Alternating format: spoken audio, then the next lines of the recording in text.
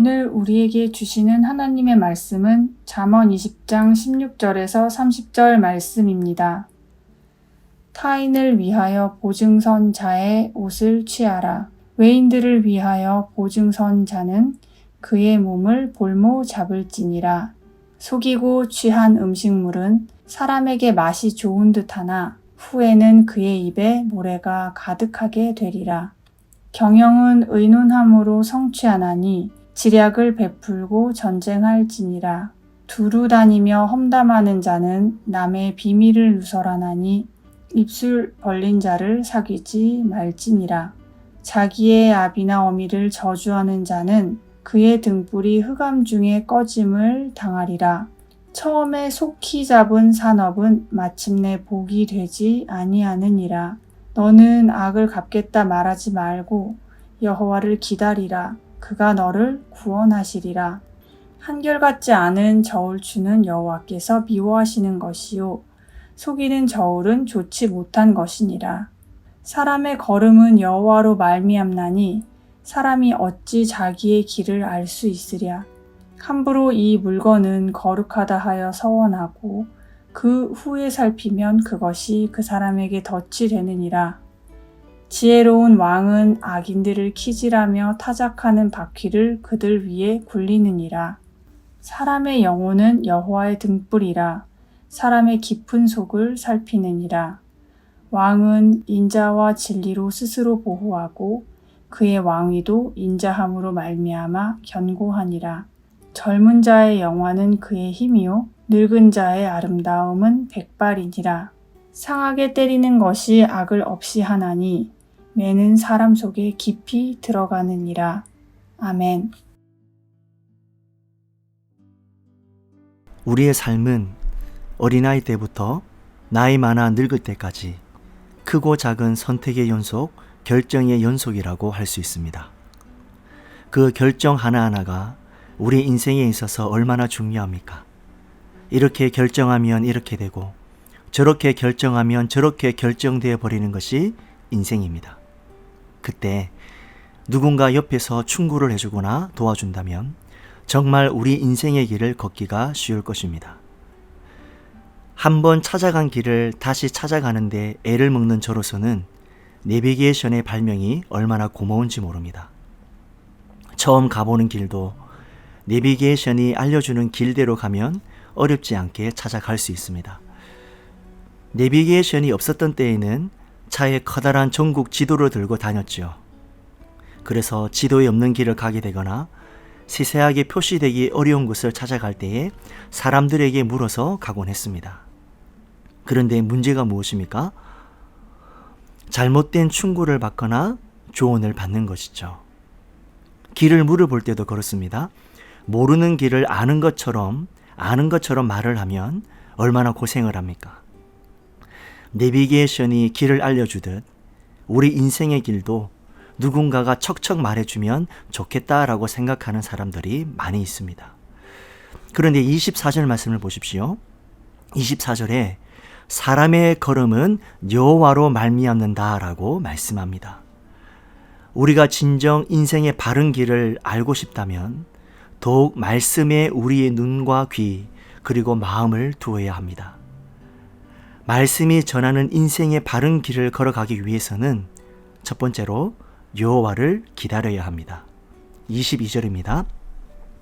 너는 악을 갚겠다 하지 말고 여호와를 기다리라. 그가 너를 구원하시리라. 우리가 인생을 살아가면서 때로는 우리 인생 가운데 갑작스레 찾아온 풍랑을 만날 때가 있습니다. 당시 이런 풍랑은 알 수 없는 신비로운 바람이고 또 힘든 풍파이지만 다 하나님의 섭리 아래에 있을 뿐입니다. 욥이 말로 다룰 수 없는 그 엄청난 고난을 당했을 때, 그것도 고난들이 한꺼번에 겹쳐서 찾아왔을 때 욥은 뭐라고 하나님께 고백합니까? 인생의 환난 가운데서도 주신 이도 여호와시고 거두신 이도 여호와시기 때문에 내가 여호와를 찬양합니다 라고 고백한 것은 욥은 여호와를 기다리는 신앙이 있었기 때문입니다. 다윗이 사울을 죽일 수 있는 순간에도 모든 것을 하나님께 맡길 수 있었던 것 역시 여호와를 기다리는 신앙이 있었기 때문입니다. 여호와를 기다린다고 하는 것은 하나님의 섭리와 역사를 신뢰하는 사람에게 나타나는 반응입니다. 내 손으로 악을 갚지 않고 여호와를 기다리는 것, 이것은 정말 쉽지 않은 일이지만 하나님을 신뢰한다면 도전해 볼 수 있지 않을까요? 둘째는 경영에는 지략이 필요하듯 우리 인생이 말씀의 지혜에 의해 이루어지도록 해야 합니다. 하나님의 말씀의 음성을 듣지 못하도록 우리의 길을 막는 대부분의 소리는 사람의 소리입니다. 누군가의 한 조언이 말씀보다 더 크게 들리거나 험담의 말에 우리 마음에 무너져 말씀이 들리지 않게 되기도 합니다. 그런데 사람의 말보다 더 중요한 것은 하나님의 말씀이라는 것을 우리가 기억해야 합니다.